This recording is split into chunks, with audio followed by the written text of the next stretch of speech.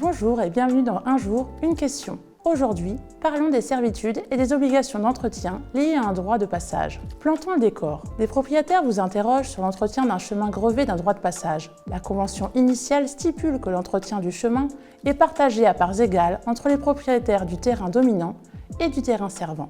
Plus tard, une extension du droit de passage a été accordée sans indemnité, en échange de quoi toutes les charges d'entretien sont passées à la charge exclusive du propriétaire du terrain dominant. Le propriétaire du fonds dominant a entretenu le chemin et taillé les haies pendant 13 ans.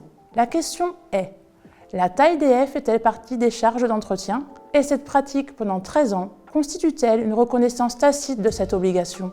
À première vue, par entretien, on pourrait penser à l'entretien du sol, comme réparer des nids de poules ou des effondrements. Mais il semble qu'on ait voulu parler de réparation plutôt que d'un entretien courant, ce terme ayant alors été mal choisi.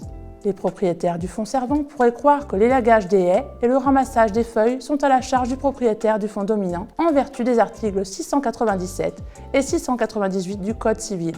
Ces articles précisent que les travaux réalisés à l'initiative du maître du fonds dominant ne peuvent être imposés au maître du fonds servant. Mais cela ne signifie pas que le maître du fonds servant est dégagé de toute responsabilité. En fait, l'article 701 du Code civil précise que le propriétaire de l'arbre dont les branches ou les racines empiètent sur le fonds voisin peut être tenu responsable. En conséquence, le propriétaire du fonds dominant n'est pas obligé de continuer à tailler les haies qui ne sont pas nécessaires à l'usage du droit de passage. Le fait que le propriétaire du fonds dominant ait taillé les haies pendant 13 ans n'indique pas nécessairement qu'il reconnaît cette obligation. Il a peut-être simplement mal compris les termes de l'accord initial et se rend compte de l'erreur maintenant.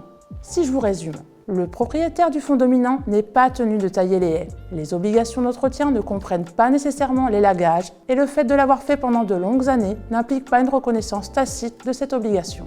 Cet épisode vous a été utile? Likez, partagez-le en attendant le nouvel épisode de notre web-série Un jour, une question.